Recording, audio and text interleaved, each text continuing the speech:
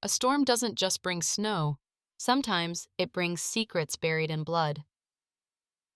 On a freezing night deep in the Bitterroot Mountains, a lone widow waits with a rifle in her hands and ghosts in her heart. Then, out of the white abyss, a man rides through the storm. Not a hero, not a savior, but a man carrying something far heavier than supplies. What would make a man risk death just to reach her cabin? And why does he leave before sunrise, without asking for anything in return? Stay with me, because what he leaves behind will change everything. If this story moved you, don't forget to like, comment your thoughts, share it with someone who loves storytelling, and subscribe for more. The blizzard did not howl. It screamed. It tore across the jagged spine of the Bitterroot Range like a starved wolf, ripping at the eaves of the solitary cabin. Inside, Clara Hayes did not flinch. She sat by the hearth, a worn Winchester 4440 resting across her knees, her thumb grazing the cold steel of the hammer. At 24, she was a widow, a sister to a ghost, and the sole occupant of a claim that the mountains seemed determined to swallow whole.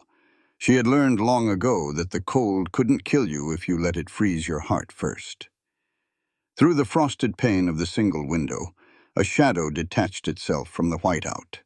Clara stood, her chair scraping against the rough-hewn floorboards. She levered around into the chamber, clack, clack, the sound sharp and absolute in the small room. She stepped onto the covered porch, the wind instantly whipping her dark hair across her face, biting into her cheeks like crushed glass. A rider emerged from the squall. He was a massive silhouette bundled in a buffalo coat, his horse fighting chest-deep snow with every agonizing step. The man didn't look like salvation. He looked like the violence of the frontier personified. He pulled the exhausted roan to a halt at the edge of her porch. Frost clung to his weak old beard, and the brim of his Stetson was pulled low over eyes that were the color of a bruised winter sky. Silas Vance. He was a freight rider, a bounty hunter when the coin was right, and a man who wore his sins like a second skin. "You're a fool to ride in this, Vance," Clara called out, her voice steady. The barrel of the Winchester pointed precisely at his chest. Silas didn't raise his hands. He just looked at her, his gaze heavy with an exhaustion that went far deeper than the snow. "Had a delivery, Mrs. Hayes. Valley Store said you'd be out of flour by the freeze." He swung down from the saddle, his boots crunching heavily into the drift.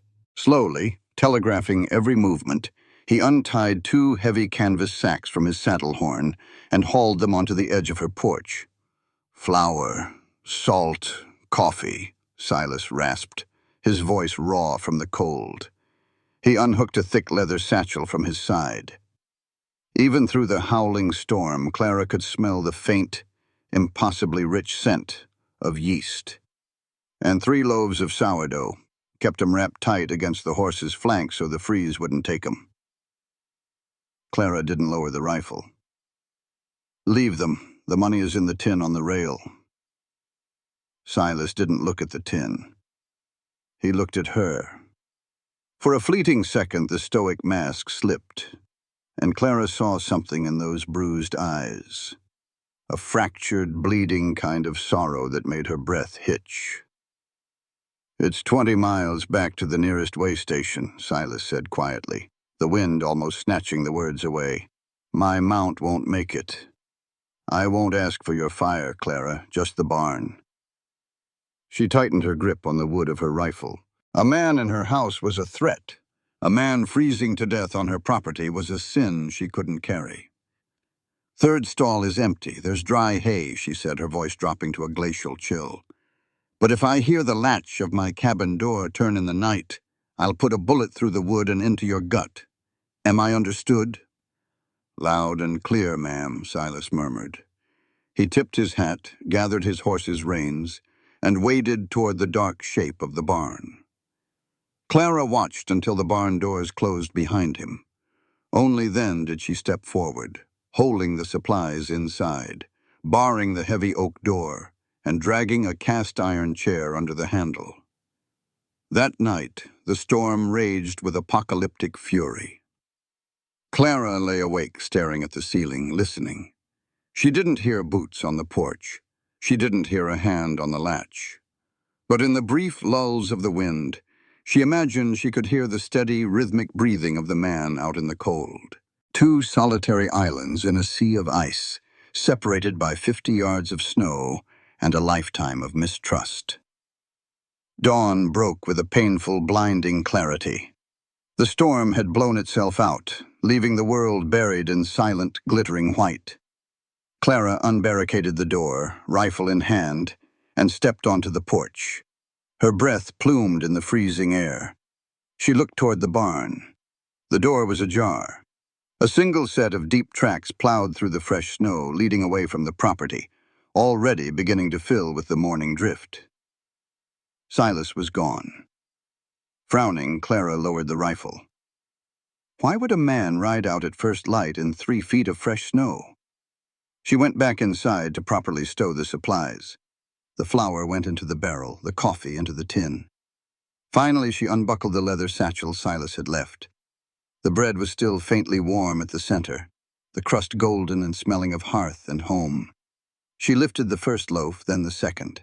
Her hand stopped. Beneath the third loaf of bread, nestled in the bottom of the leather sack, was a small, scarred wooden box. Clara pulled it out, her hands suddenly trembling. The box was stained dark with something that wasn't dirt. She popped the brass latch. Inside sat a heavy leather pouch that clinked with the undeniable weight of raw gold dust and minted eagles. But Clara didn't care about the gold. Her eyes fixed on the object beside it, a small leather-bound journal. The cover was slashed, the edges charred, and the leather was stiff with dried blood. It was her brother's journal. The brother who had ridden south to the silver camps 8 months ago and vanished into the ether. A piece of crumpled, grease-stained paper was folded beneath the book. Clara picked it up, her vision blurring as she read the harsh, jagged handwriting. Clara, I rode out to bring you bread, but I brought you ghosts instead. I was with your brother at the end. The mining company didn't want him keeping what he found. He fought like a lion. I fought beside him, but I was too late to save him. I buried him deep under the pines by the crooked river where the wolves can't reach him. He asked me to bring this to you. The gold is yours. He bled for it. I bled to get it here. I couldn't look you in the eye and tell you I failed him. Use the coin. Leave this mountain. Forget you ever saw me. S. Vance. The paper slipped from her fingers, fluttering to the floorboards. Clara stared at the open box, the scent of fresh bread mingling with the phantom smell of copper and loss. Silas hadn't just braved the storm to deliver winter rations. He had ridden through hell to deliver her brother's soul, and then he had walked back out into the freezing wilderness, because he believed he wasn't worthy of her fire. She walked to the window, looking out at the solitary trail of tracks leading down the treacherous mountain pass. The snow was already covering them up, trying to erase the cowboy from the world. Clara wiped a single hot tear from her cheek. She didn't look at the gold. She looked at her Winchester. You stupid, stubborn man, she whispered to the empty room. She turned away from the window and began to pull on her heavy winter boots. The cold was a living, breathing entity. It gnawed at the exposed skin of Clara's cheeks and sought to pry the warmth from her bones the moment she stepped out of the cabin. But the fire burning in her chest, stoked by grief, anger, and a sudden fierce protectiveness, burned hotter than the mountain wind. She did not waste time with tears. Tears froze your eyelashes together and blinded you to the trail. Instead, Clara moved with a frantic, practiced efficiency. She threw a heavy woolen blanket over her sturdy Appaloosa gelding Jasper before cinching the saddle tight. Into the saddlebags went tightly rolled bandages, a tin of carbolic salve, a flask of high-proof whiskey, and the heavy box of gold and the blood-stained journal. She would not leave her brother's legacy sitting in an empty cabin for looters to find. Finally, she slid the Winchester into the leather scabbard and strapped a Colt revolver to her hip. When she rode out, the world was a blinding expanse of white.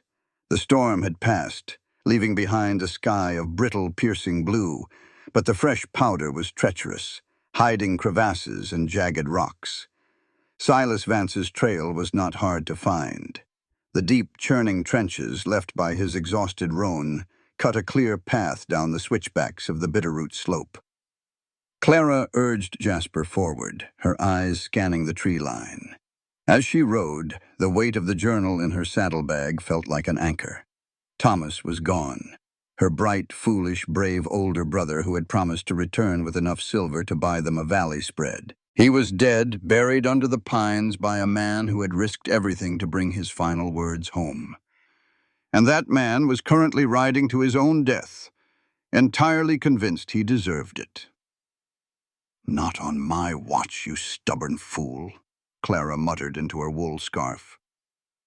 They had been riding for 2 hours, the sun climbing to its zenith and reflecting off the snow with a blinding glare when Clara saw it. Her breath hitched, and she pulled Jasper to a sudden halt. Silas's trail was no longer solitary. Intersecting from the east, tearing through a grove of skeletal aspens, were the tracks of 3 other riders.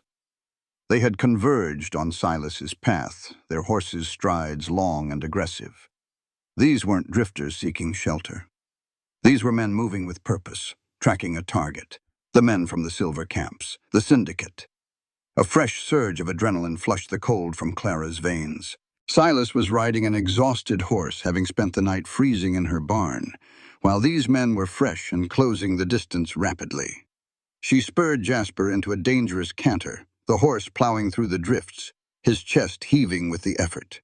She followed the churning mess of tracks down into a narrow ravine flanked by towering, snow-laden pines and sheer granite walls. It was a perfect choke point, a perfect place for an ambush. A sharp, flat crack echoed through the canyon, followed instantly by the rolling thunder of a rifle shot.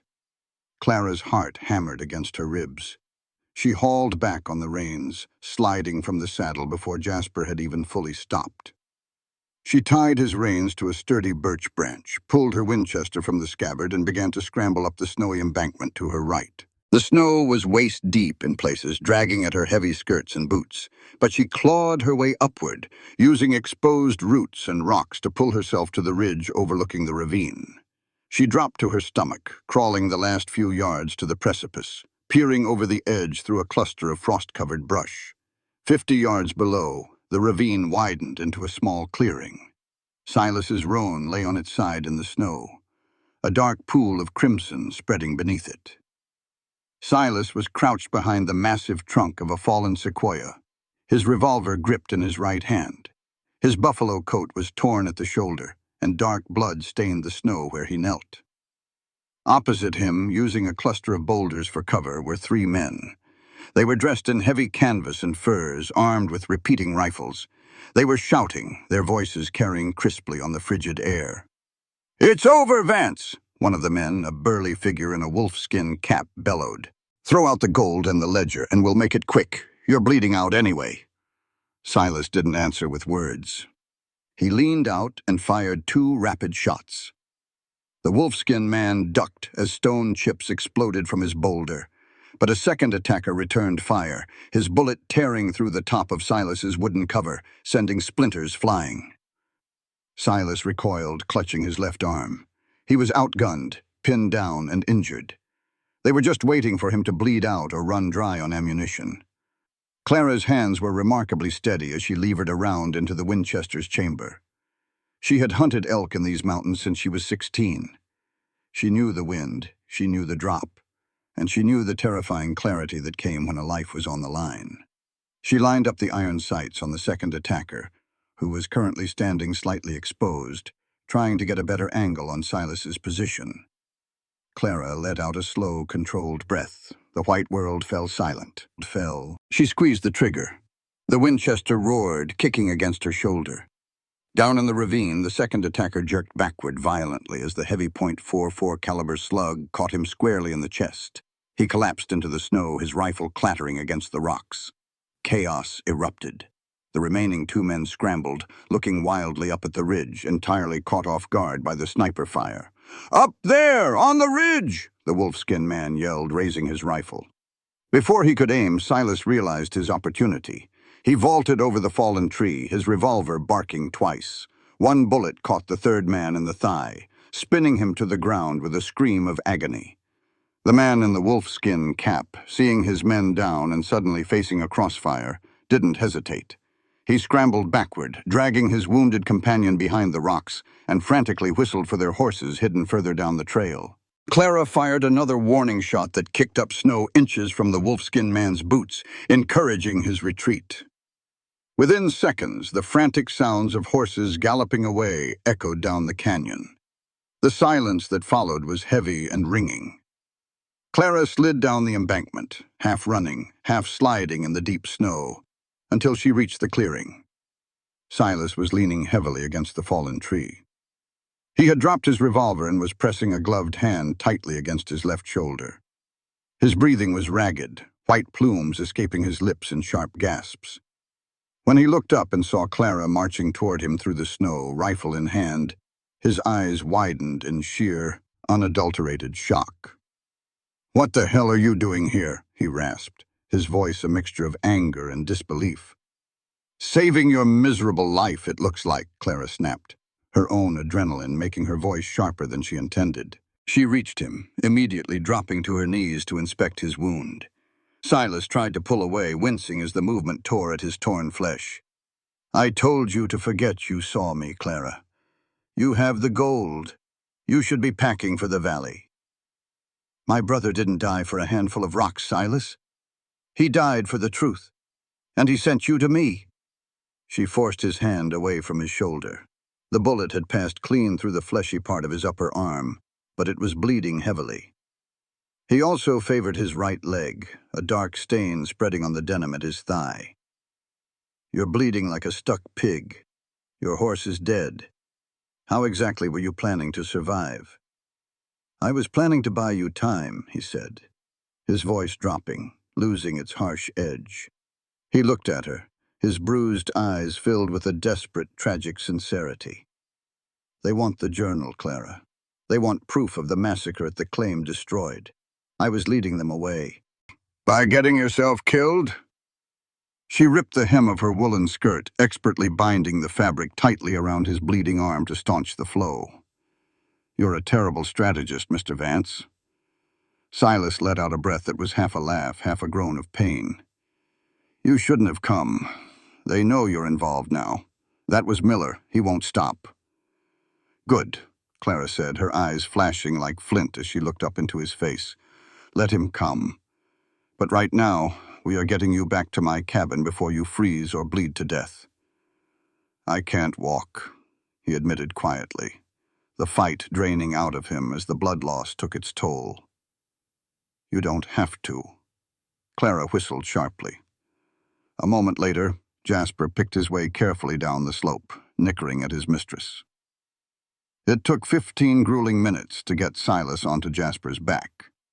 He was a massive man, dead weight from pain and exhaustion, but Clara practically hauled him by his belt and collar, her muscles screaming in protest. By the time he was in the saddle, leaning heavily over the pommel, Silas was pale as the snow beneath them, his eyes rolling back in his head. Clara took the reins and began the long, agonizing trek back up the mountain. She walked in the deep snow, breaking the trail for the horse, glancing back every few minutes to make sure Silas hadn't slipped from the saddle. The sun began to dip behind the jagged peaks, painting the sky in violent streaks of purple and blood orange. The temperature plummeted instantly. The wind picked up again, whispering through the pines with the promise of another freeze. "Stay with me, Silas," she commanded, her voice cracking as the cold bit into her throat. "Do not die on my horse." A weak, breathy chuckle drifted down from the saddle. "Yes, ma'am." They reached the cabin just as the last dying embers of daylight vanished, swallowed by the encroaching blackness of the mountain night. Clara's hands were entirely numb, her fingers clumsy blocks of ice as she unbuckled the saddle girth. Silas slid from the horse and collapsed into the snow with a heavy thud. He was completely unconscious now, his skin clammy and gray. Panic, cold and sharp, pierced through Clara's exhaustion. She grabbed him beneath the arms, her boots slipping on the icy porch, and dragged him over the threshold. She kicked the heavy oak door shut behind them, slamming the iron bolt home and dropping the wooden barricade into place. The cabin was freezing, the hearth having died down to mere ash during her absence. She left Silas on the braided rug in the center of the room and scrambled to the fireplace. With trembling hands, she struck a match, feeding dry kindling and split logs until a roaring fire chased the shadows into the corners of the room. She dragged Silas closer to the hearth. The heat began to thaw the frost from his coat, turning it to dark, melting water. Clara fetched her medical box, a basin of clean water, and put a kettle on the iron hook over the fire. "All right, Cowboy," she whispered to the empty room, her heart hammering as she pulled a sharp hunting knife from her belt. "Let's see what you've done to yourself." She had to cut the buffalo coat and his woolen shirt away from his left side. The fabric was stiff with frozen blood. When she finally peeled the layers back, she gasped. The bullet wound in his shoulder was clean, if jagged, but his side revealed a matrix of older, terrible scars, burns and knife marks that spoke of a lifetime of violence. The wound on his thigh was a deep graze, bleeding sluggishly. She worked with a grim, focused intensity. She washed the wounds with boiling water mixed with carbolic, the sharp, medicinal smell filling the cabin. Silas groaned, his body thrashing weakly as the burning liquid hit raw flesh, but he remained submerged in his feverish stupor. She applied a thick poultice of yarrow and pine pitch to draw out any infection, then bound him tightly with clean linen. When she was finished, her hands were stained red, and her whole body trembled with fatigue. She covered him with 3 heavy quilts, banking the fire high, and finally collapsed into the armchair beside him. For the first time since she had opened the wooden box that morning, Clara allowed herself to think of her brother. Thomas's laughter, his reckless optimism, the way he had promised to take care of her after their husband died. Now all she had left of him was a blood-stained journal and the broken man lying on her floor. The tears came then, silent and hot, tracking through the soot and dirt on her face. She wept for her brother, for her isolation, and for the sheer, terrifying reality of what was coming. Hours passed. The wind howled against the logs, a familiar, lonely sound. "He talked about you every night by the fire." Clara's head snapped up. Silas was awake. His eyes were glassy with fever, but they were focused on her. He was shivering beneath the quilts, his face pale in the firelight. Clara leaned forward, wiping her face with the back of her sleeve. "Who? Thomas?" "Yeah." Silas coughed, a dry, rattling sound. "Said you made a sourdough starter that could survive a blizzard. Said you were the toughest thing on this mountain, stiffer than hickory." A watery smile broke through Clara's exhaustion. "He always talked too much." "He was a good man, Clara." Silas's voice was barely a whisper, thick with regret. "When we found the vein in the deep shaft, Miller's men tried to cave it in on us. Wanted to bury the claim and take it for the syndicate. Thomas fought them off so I could get out with the ledger. The ledger proves the claim is his, not theirs. It proves they murdered 12 miners to take that land." Silas tried to push himself up, his face contorting in agony, but Clara pushed him gently back down by his uninjured shoulder. "Rest, Silas. You've done enough." "I haven't," he insisted, his hand shooting out to grip her wrist. His fingers were burning hot. "I left him. He took 2 bullets to the chest, Clara. He shoved the box into my hands and told me to run. I should have stayed. I should have died with him." "No," Clara said fiercely, her voice ringing in the small cabin. "No, you shouldn't have. If you died, Thomas's death would have meant nothing. The gold, the journal, the truth. It all would have been buried. He saved you so you could save his legacy, so you could bring it to me." "I brought you death," Silas groaned, closing his eyes, a tear escaping the corner of his eye and tracking through the dirt on his cheek. "Miller won't stop. They'll wait out the storm, and they'll come for the cabin. You have to take Jasper and ride south tomorrow. Leave me here." Clara looked at the man lying before her, a man who had ridden through a blizzard, taken bullets, and carried the crushing weight of survivor's guilt, all to keep a promise to a dying stranger. He was entirely convinced he was a monster, a harbinger of doom, yet she had never seen anything so purely, devastatingly noble in her life. She moved off the chair, kneeling directly beside him on the rug. She took his burning hand in both of hers, holding it tightly against her chest. "Look at me, Silas Vance," she commanded softly. He opened his eyes, the bruised winter sky meeting her fierce, dark gaze. "My whole life, men have been leaving me," she said, her voice trembling but resolute. "My husband to the cholera. My brother to the silver mines. They leave, and they tell me it's for my own good. But you rode into the storm for me. You rode into gunfire for me. Clara." "I am not running," she said, leaning closer, her face inches from his. The heat radiating from his skin was intense, mingling with the smell of wood smoke and carbolic. "This is my home. This is my mountain. And if Miller and his syndicate want to take what belongs to my family, they are going to have to walk through hell to get it." She released his hand and gently brushed a damp lock of hair from his forehead. "And you are not dying, Silas. You are going to heal, and you are going to stand beside me, because I am done being alone." The silence in the cabin was no longer cold. It was thick, heavy, and electric. Silas stared at her, his breath catching in his throat. The walls he had built around his heart, hardened by years of violence and solitary wandering, cracked wide open under the gentle, absolute certainty of her touch. He reached up, his rough, calloused fingers trembling as they traced the line of her jaw. Clara leaned into his touch, closing her eyes, feeling a profound, terrifying warmth bloom in the center of her chest. It wasn't the frantic passion of youth. It was the deep, resonant connection of two scarred survivors finding an anchor in the storm. "You're a terrifying woman, Clara Hayes," he whispered, his thumb brushing across her lower lip. "You'd better believe it," she whispered back. She leaned down and their lips met. It was a soft, desperate kiss, tasting of salt, fever, and the undeniable spark of life defying the cold. Silas pulled her closer with his good arm, holding onto her like a drowning man finding a lifeline. For a long moment there was no blizzard, no syndicate, no impending death. There was only the warmth of the hearth and the beating of their hearts. But the frontier does not allow peace for long. A sharp, haunting sound severed the quiet intimacy of the cabin. Clara pulled back, her eyes snapping open.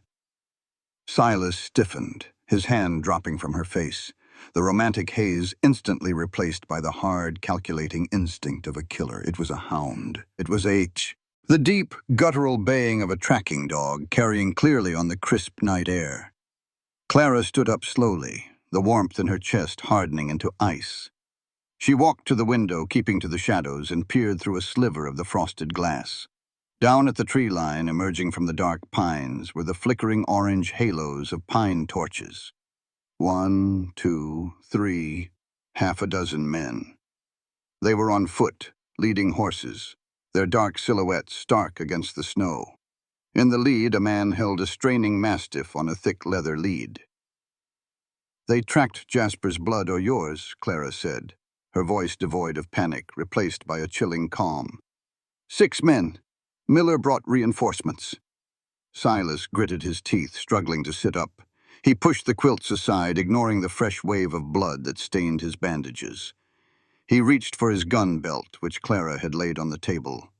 "Clara, listen to me," he said, his voice hard, desperate. "The trap door under the rug.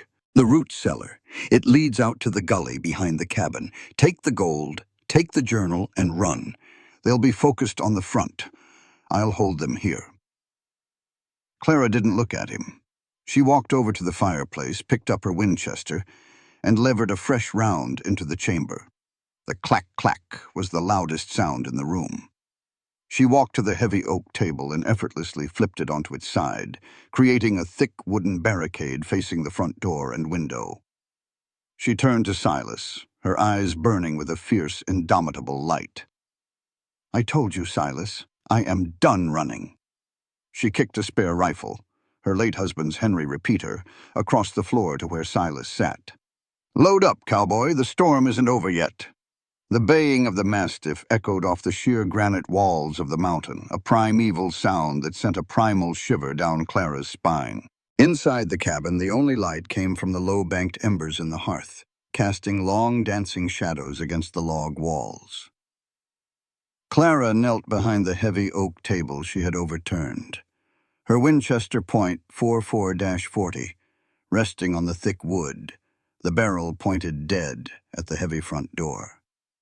Across the room, bathed in the dim, fiery glow, Silas Vance pulled himself up against the side wall beneath the cabin's only other window.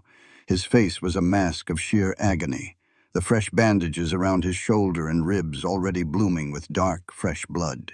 His breath hissed through clenched teeth, but his hands were terrifyingly steady as he checked the action on the Henry repeater Clara had kicked to him.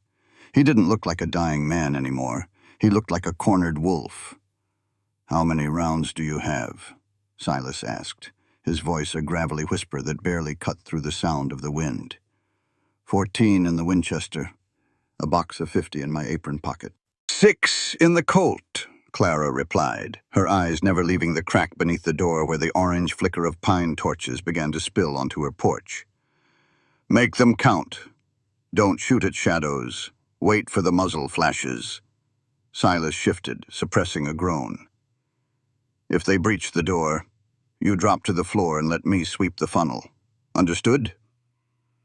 "I'm not a child, Silas. I've dropped a charging grizzly at 50 yards.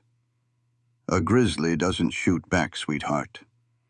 Before Clara could retort, a voice boomed from the darkness outside, loud and thick with arrogant authority. It was Miller. "Mrs. Hayes." The voice seemed to come from everywhere at once, bouncing off the tree line. "We know you've got Vance in there.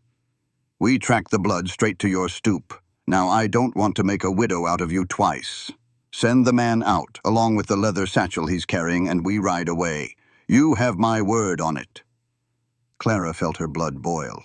Her brother's murderer was standing in her front yard, offering her false mercies. "Your word isn't worth the snow you're standing on, Miller," Clara shouted back, her voice ringing clear and sharp through the heavy timber of the door. "You're trespassing on my claim. Take your men and your dog and get off my mountain, or I'll bury you right next to the pine trees where you left my brother." A heavy, oppressive silence followed her declaration. The wind seemed to hold its breath. "Have it your way, little lady," Miller's voice floated back, colder now, stripped of its faux gentility. "Burn them out." "Get down," Silas roared. The front window shattered inward in a spectacular explosion of glass and frost. A lit pine torch, trailing sparks and thick, oily smoke, sailed through the opening and landed squarely on the braided rug in the center of the room. Instantly, the dry wool and braided cotton caught fire, flames licking upward toward the dry timber of the ceiling. Simultaneously, the night erupted in deafening gunfire. A volley of lead tore into the front of the cabin. Bullets thudded heavily into the thick pine logs, sending deadly wooden splinters flying through the air like shrapnel. One bullet punched straight through the upper panel of the door, burying itself in the mantelpiece above the hearth. Clara didn't hesitate. She didn't cower. She rose slightly from behind the overturned table, leveled her Winchester at the shattered window, and fired at the darkest shape moving behind the torchlight outside. A cry of pain echoed in the dark, and a shadow crumpled into the snow. Clack, clack. She levered another round. "The fire, Clara," Silas shouted over the din of the gunfire. He was pinned beneath the side window, returning fire blindly through the thick log wall to keep the flankers at bay. Clara dropped the Winchester, grabbed the heavy iron kettle hanging over the hearth, and hurled the boiling, carbolic-laced water directly onto the blazing rug. The fire hissed violently, exploding in a cloud of blinding, choking white steam that filled the small cabin, stinging their eyes and obscuring everything. It was the perfect cover, but also a blinding handicap. "They're on the porch!" Silas yelled, the Henry repeater barking twice in rapid succession. Heavy boots slammed against the front door. The thick oak groaned, the iron hinges screaming against the wood. Miller's men were using a heavy timber as a battering ram. Thud, thud, crack. The door splintered down the middle. Clara snatched up her Winchester, dropped to her stomach beside the overturned table, and sighted through the billowing steam. The door burst open in a shower of splinters and snow. Two men rushed into the fatal funnel of the doorway, rifles raised.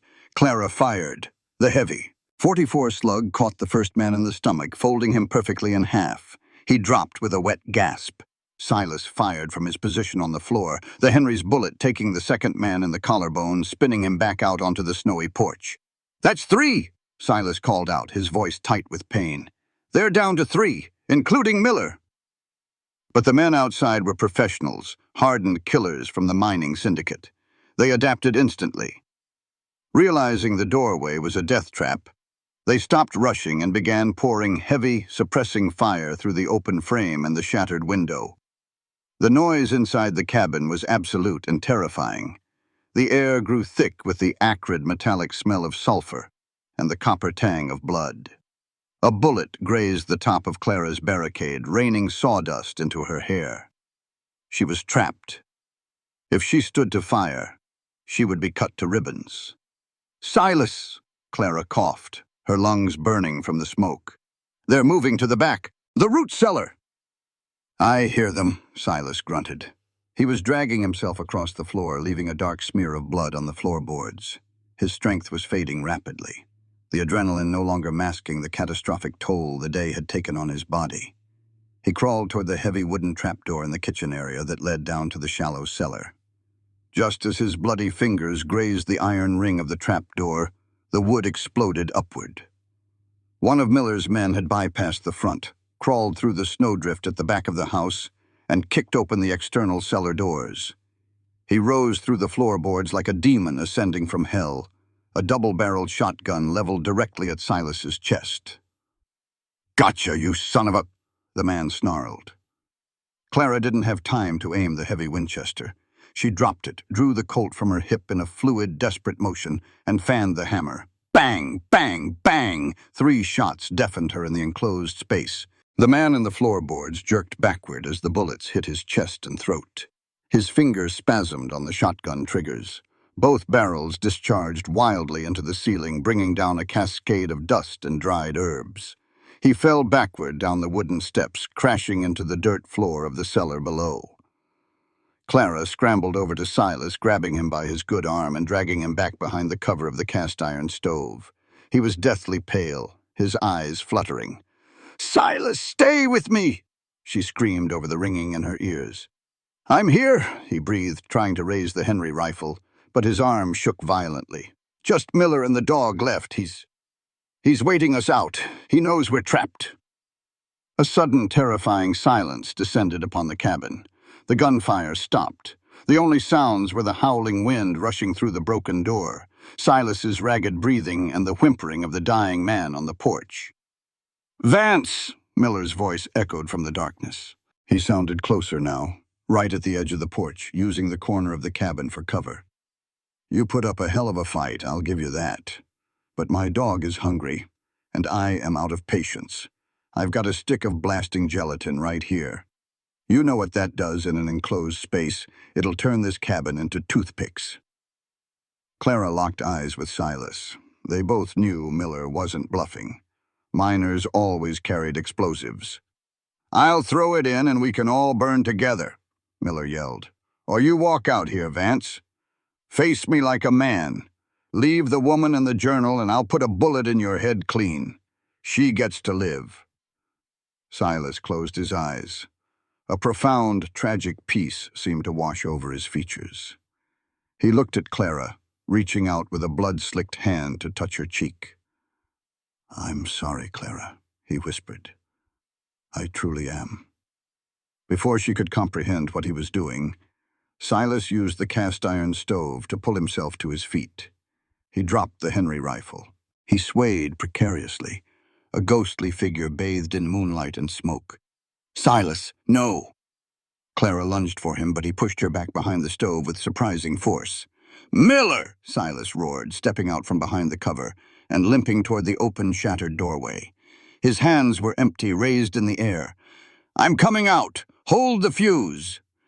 "Silas, don't you do this!" Clara screamed, her heart tearing in two. He was sacrificing himself. He was offering himself to the slaughter to buy her life. Silas stepped into the threshold, framed by the moonlight and the wreckage of the door.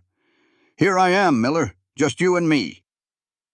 A harsh laugh echoed from the darkness. Miller stepped out from behind the woodpile 10 yards away. He held a revolver in his right hand and a sputtering, hissing stick of dynamite in his left. He had lied. He was going to shoot Silas and blow the cabin anyway. "You always were a stupid, honorable bastard, Vance," Miller sneered, raising his revolver. But Silas Vance wasn't a fool, and he wasn't looking to die a martyr. He had spent his whole life calculating odds. He wasn't looking at Miller. He was looking at the massive, snarling mastiff chained to the porch rail, barking furiously at the commotion. "Clara! The chain!" Silas yelled, dropping flat to the floorboards. Clara understood in a fraction of a second. She didn't aim for Miller. She aimed the Colt at the heavy iron link bolting the dog's chain to the porch pillar. She fired. The bullet shattered the rusted iron ring. The mastiff, driven mad by the gunfire, the blood, and the screaming, was suddenly free. And the closest, most threatening figure holding a sparking, hissing object of terror was its own master. The massive dog lunged. Miller shrieked as 140 pounds of muscle and teeth hit his chest, knocking him backward into the snow. The dynamite flew from his hand, landing deep in a snowdrift 20 yards away. Miller fired his revolver wildly into the dark as the dog tore at his thick coat. Silas didn't waste the opportunity. He rolled over onto his good side, pulled a hidden derringer from his boot, and fired a single shot. The bullet struck Miller squarely in the forehead. The mining boss went limp. The hound, realizing its master was dead, released its grip, gave a terrified yelp, and bolted off into the dark timberline, disappearing into the storm. Then, the dynamite exploded in the snowbank. A massive geyser of white powder and earth erupted into the night sky, raining frozen dirt down upon the roof of the cabin like hail. And then, finally, there was silence. Clara dropped the Colt. Her legs gave out, and she collapsed to her knees amidst the broken glass and blood. Silas lay in the doorway, unmoving, the cold wind blowing over his still form.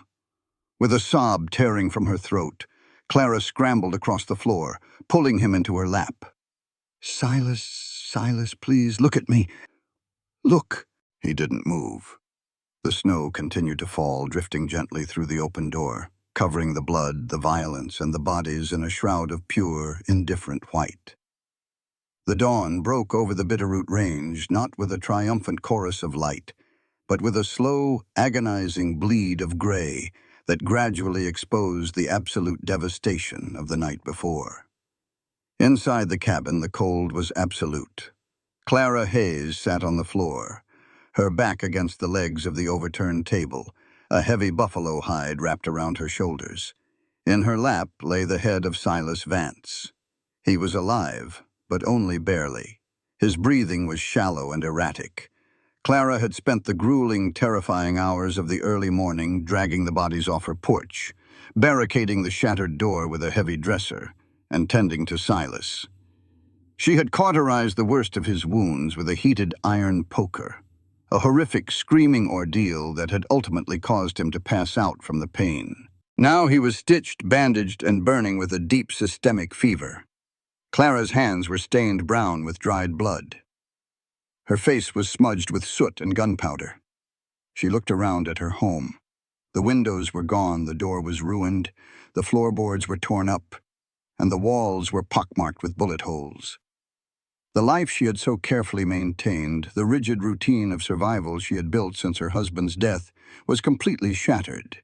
And yet, looking down at the scarred, exhausted face of the cowboy in her lap, she didn't feel a shred of regret. For 3 days the fever raged. For 3 days Clara did not sleep for more than 10 minutes at a time.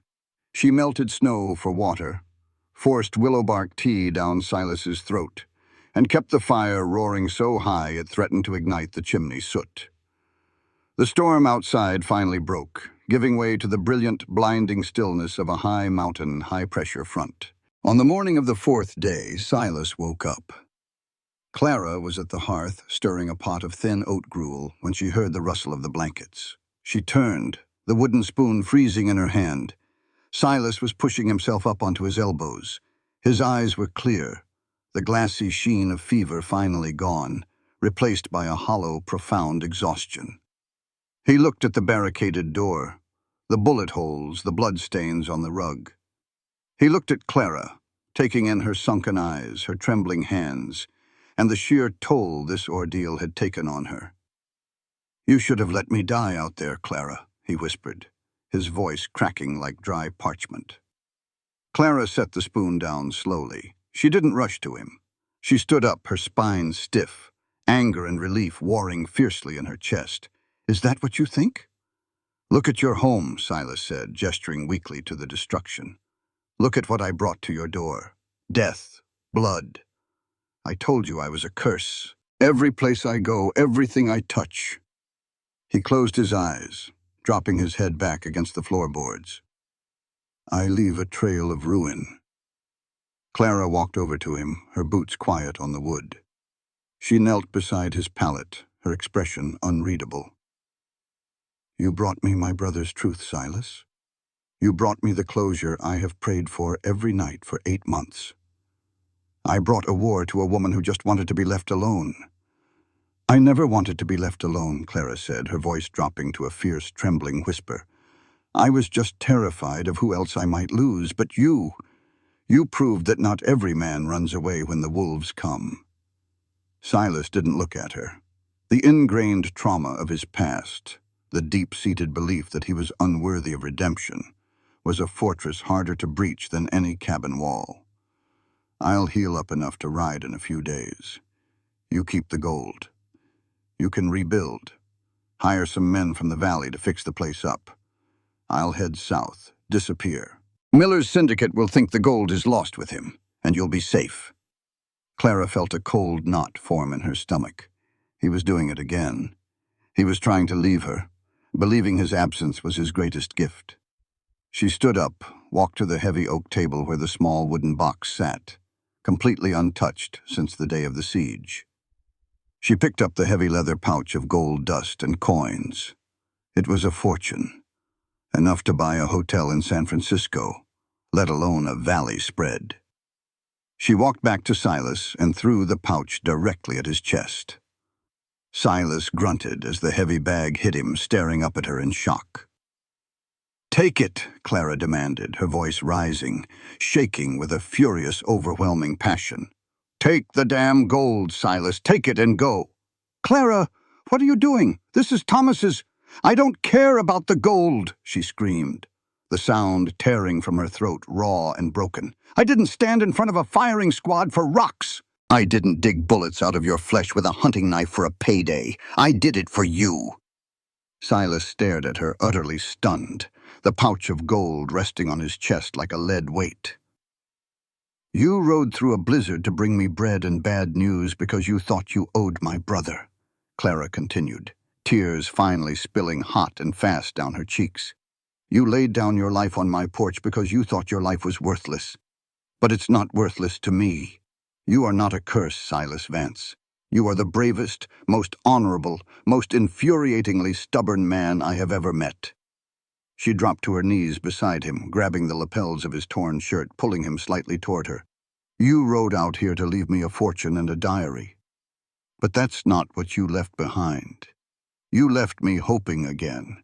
You left me wanting a future. And if you think you can just walk away and leave me alone in this cabin again, you are a coward, and I misjudged you." Silas looked into her eyes, seeing the fierce, unyielding fire there. The walls he had built around his soul didn't just crack. They shattered into a million irreparable pieces. He saw the truth in her tear-stained face. She wasn't holding on to him out of gratitude. She wasn't a victim needing a savior. She was a warrior claiming her equal. He lifted his uninjured hand, his fingers tangling in her dark, unbound hair, pulling her down. He kissed her, pouring all his grief, all his relief, and all his terrifying, newly discovered hope into the embrace. Clara kissed him back fiercely, her tears tasting of salt against his lips. "I'm not a coward," he murmured against her mouth, his breath hitching. "I'll stay. Clara, I swear to God I'll stay." "You better," she whispered, resting her forehead against his. "Because you owe me a new front door." A weak, genuine laugh escaped Silas's chest, turning into a wince as it pulled at his ribs. "Yes, ma'am." The thaw came to the Bitterroot Range late in May. The snowpack retreated up the granite peaks, revealing a world exploding in violently vibrant shades of green. Wildflowers, lupine, Indian paintbrush, and columbine carpeted the mountain meadows in strokes of purple and fiery red. The cabin sat in the clearing, no longer a solitary fortress, but a home breathing with life. The front door was new, built of sturdy, fresh-cut pine. The windows glinted with new glass, hauled up from the valley. In the small corral beside the barn, Silas Vance, shirtless in the warm spring sun, was brushing down Jasper. His left shoulder bore a jagged, ugly scar, and he walked with a slight limp, but his shoulders were relaxed, and the bruised, hunted look in his eyes was entirely gone. He hummed a low, tuneless melody as he worked, stopping occasionally to look toward the cabin. The heavy wooden door swung open, and Clara stepped out onto the porch. She wore a simple cotton dress, her sleeves rolled up to her elbows, her hands dusted with white flour. She leaned against the railing, wiping her brow with the back of her wrist, a serene, contented smile gracing her features. "Silas," she called out, her voice carrying clearly on the sweet mountain air, "the stove is hot, the bread is ready to go in." Silas patted the Appaloosa's neck, draped the brush over the fence rail, and limped his way across the clearing toward the porch. As he climbed the steps, he reached out, pulling her into his arms, not caring about the flour transferring to his skin. He buried his face in her neck, breathing in the scent of yeast, pine, and the woman who had saved his life in more ways than one. "You know," Silas murmured, kissing the side of her head, "I came up this mountain expecting to find a ghost, drop off a heavy burden, and ride away to die in a ditch somewhere." "You're terrible at making plans, mister."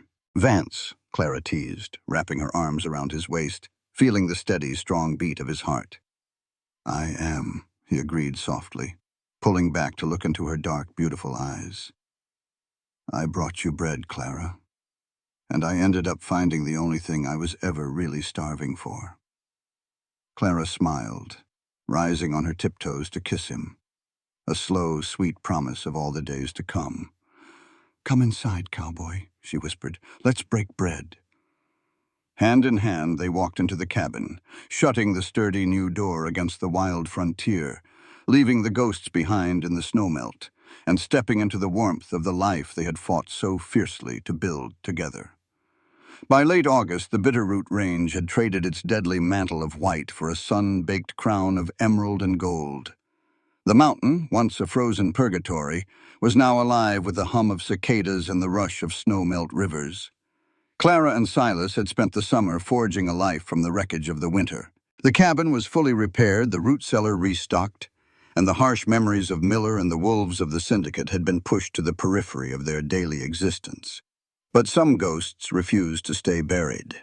They sat on the porch one sweltering evening, the sky bruised with twilight. Silas was whittling a piece of soft cedar, the shavings falling to his boots. Clara was mending a tear in one of his canvas shirts, the needle flashing silver in the fading light. Between them on the small wooden table sat the scarred, blood-stained journal of Thomas Hayes. "It's not just a book, Silas," Clara said quietly, breaking the long, comfortable silence. She didn't look up from her sewing, but her hands had stilled. "It's a deed, and it's a confession." Silas stopped whittling. He looked at the ledger, his jaw tightening. Even after months of peace, the sight of the blood on the leather, Thomas's blood, made his shoulder throb with a phantom ache. "I know what it is, Clara. I know what it is. It's the reason your brother died. It's the reason I almost did." "Which is why we can't just leave it sitting here," she replied, finally meeting his gaze. Her dark eyes were resolute, carrying that same terrifying clarity she had possessed when she fired a Winchester into a snow-blind ravine to save his life. Miller was just a dog on a leash. The men holding the leash are still sitting in their velvet chairs in Helena, counting silver that belongs to dead men. As long as this ledger isn't filed with the territorial governor, the claim is still legally in dispute. They will eventually send more men. Silas let out a slow, heavy breath. He knew she was right. He had known it all summer. The peace they had carved out was temporary, a borrowed season. The syndicate, the massive, faceless machine of the Western mining conglomerate, did not forget a vein of silver as rich as the one Thomas had discovered. "Helena is a snake pit, Clara," Silas warned, his voice low. "It's not like the mountain. Up here you can see your enemies coming. In the city, they smile at you, buy you a drink, and slide a knife into your ribs while you're swallowing the whiskey. They own the judges. They own the assayers." "They don't own me," Clara said, her chin lifting. "And they don't own you. We have the gold to hire an honest lawyer if there is such a thing, and we have the proof of their murders. We ride down tomorrow." Silas looked at the fiercely stubborn woman who had claimed his heart. He tossed the cedar stick into the yard and closed his pocket knife with a sharp snap. "Then we'd best pack heavy." The journey down the mountain took 2 days. The transition from the isolated, pristine alpine air to the sprawling, smoke-choked boomtown of Helena was jarring. Helena was a city built on the ravenous appetite for precious metals. The streets were choked with freight wagons, miners coated in rock dust, men in sharp suits, and women in bright silk. The air tasted of coal smoke and raw earth. Clara rode Jasper, her posture rigid, her eyes taking in the chaotic sprawl with a mixture of awe and deep suspicion. Silas rode slightly ahead on a newly purchased bay gelding, his hand resting casually near the colt at his hip. He drew more than a few glances. Silas Vance had a reputation in these parts before he had disappeared into the Bitterroot, and men who knew his face whispered as he passed. They secured a room at the Grand Union Hotel, a sprawling brick building that reeked of cigar smoke and expensive perfume. It was a place where fortunes were negotiated over poker tables. After washing the road dust from their faces, they made their way toward the Territorial Claims Office. The heavy leather satchel containing the gold dust and Thomas's ledger hung securely across Silas's chest. The claims office was a bustling, chaotic room filled with desperate prospectors and bored clerks. When Clara and Silas stepped to the counter, the clerk, a thin, nervous man with ink-stained fingers, looked up, his eyes darting to Silas's imposing frame and the scars visible on his neck. "We need to file a final patent on a claim," Clara said clearly, placing a heavy gold eagle coin on the counter. "The Bitterroot Deep Vein, originally staked by Thomas Hayes." The clerk's eyes widened comically. The color drained from his face. Hayes. The Bitterroot claim? Ma'am, that claim is currently under litigation by the Western mining conglomerate. They filed a notice of abandonment." "My brother didn't abandon it," Clara said, her voice dropping to a dangerous chill. "He was murdered, and I have his ledger, proving the strike and his continuous work, right up until the day the conglomerate's men shot him." The clerk swallowed hard, looking frantically around the room. I cannot process this. You need to speak to the chief registrar." "Then fetch him," Silas rumbled, leaning his weight against the counter. Before the clerk could move, a smooth, cultured voice drifted from the doorway of an adjacent office. "That won't be necessary, Mr. Higgins. You may take your lunch." A man stepped into the main office. He was impeccably dressed in a tailored charcoal suit, a silver pocket watch chain gleaming against his waistcoat. He was handsome in a predatory way, with perfectly slicked hair and eyes as flat and gray as slate. Silas tensed, his body instantly shifting into a defensive posture, placing himself slightly between Clara and the newcomer. "Arthur Sterling," Silas said, the name tasting like ash in his mouth. Sterling smiled, a thin, mirthless curving of his lips. Mr. Vance, rumor reached me you were killed in a blizzard last winter along with my man, Miller. Imagine my surprise to hear you just walked into my city. It's not your city, Sterling, Silas replied evenly. Isn't it?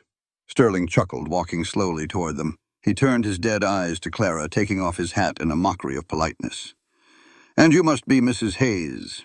I offer my deepest condolences regarding your brother. The frontier is a tragic, dangerous place. Clara didn't flinch. She met Sterling's gaze with the unyielding hardness of the mountain she called home. The frontier didn't kill my brother, Mr. Sterling. Your payroll did. And I am here to finalize the deed to his claim. Sterling sighed, leaning against the counter, looking completely unbothered. Mrs. Hayes, let us be pragmatic. You are a grieving woman. Mr. Vance is a drifter with a violent history. The legal battles over a claim of that magnitude could take decades. The conglomerate has a dozen lawyers who do nothing but drown people in paperwork until they starve. We aren't starving, Clara said. Perhaps not today, Sterling countered, his voice dropping to a silken threat. But accidents happen in Helena. Fires, robberies, sudden illnesses. It would be a terrible shame for you to survive the winter only to meet a tragic end in the civilized world. Sterling reached into his breast pocket and produced a folded piece of heavy bank paper. He slid it across the counter toward Clara. A bank draft. $50,000 for the ledger and your signature relinquishing the Bitterroot claim. Take it, Mrs. Hayes. Buy a mansion in San Francisco. Leave the mining to men equipped for its brutal realities. $50,000. It was an astronomical sum. It was enough to buy 100 cabins, 1,000 horses. It was enough to never work another day in her life.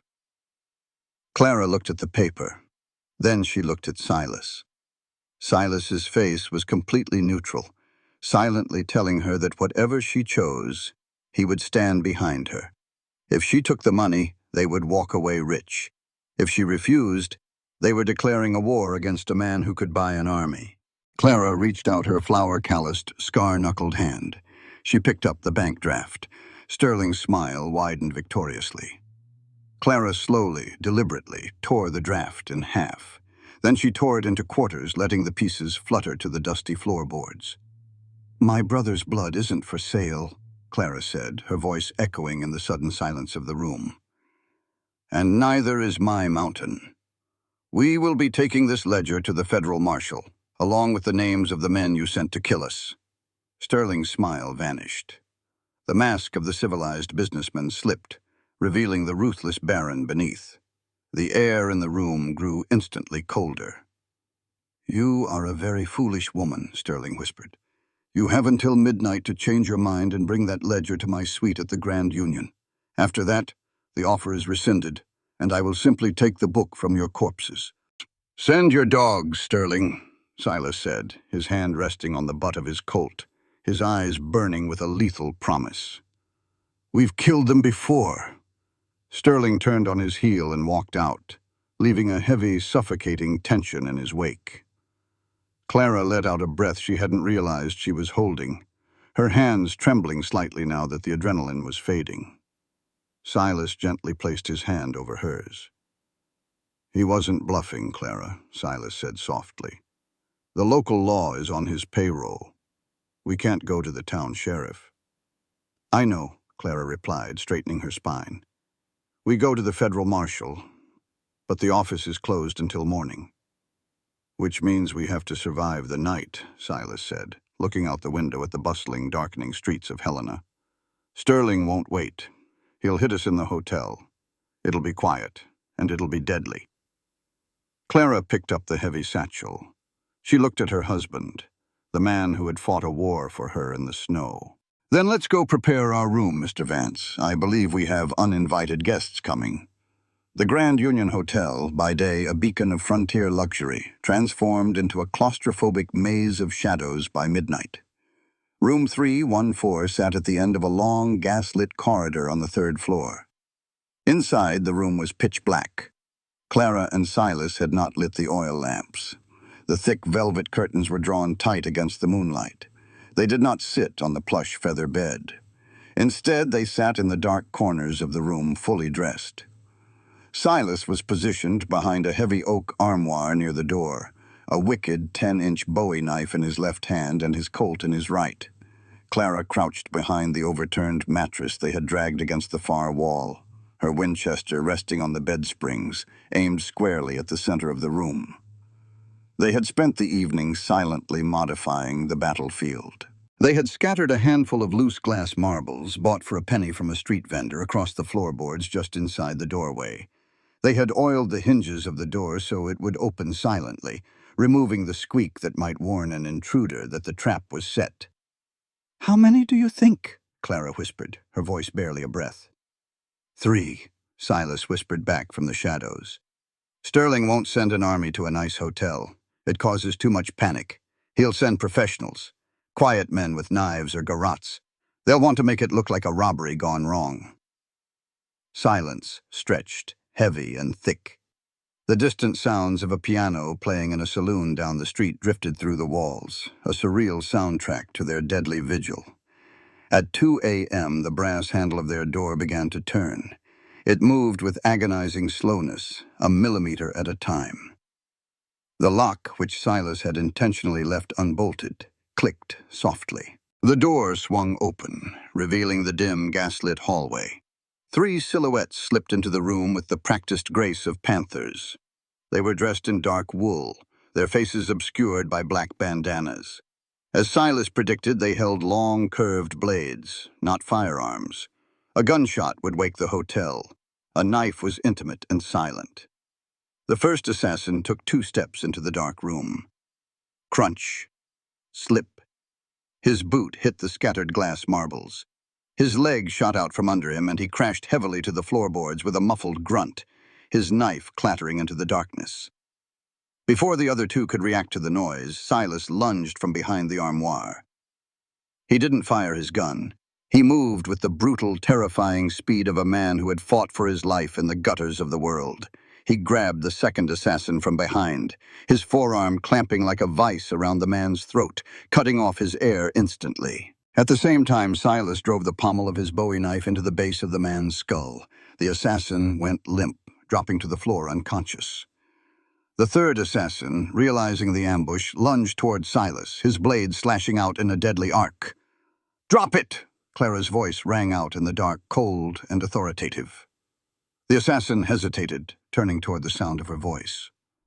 In the dim light spilling from the hallway, he saw the massive bore of the Winchester rifle leveled directly at his chest, held by a woman whose eyes offered no mercy. Silas stepped forward and kicked the back of the assassin's knee, dropping him to the floor. Silas pressed the edge of his Bowie knife against the man's throat. "Not a sound," Silas hissed, his voice a demonic whisper. "Or I'll open a second mouth on your neck." The first man, who had slipped on the marbles, groaned and tried to sit up.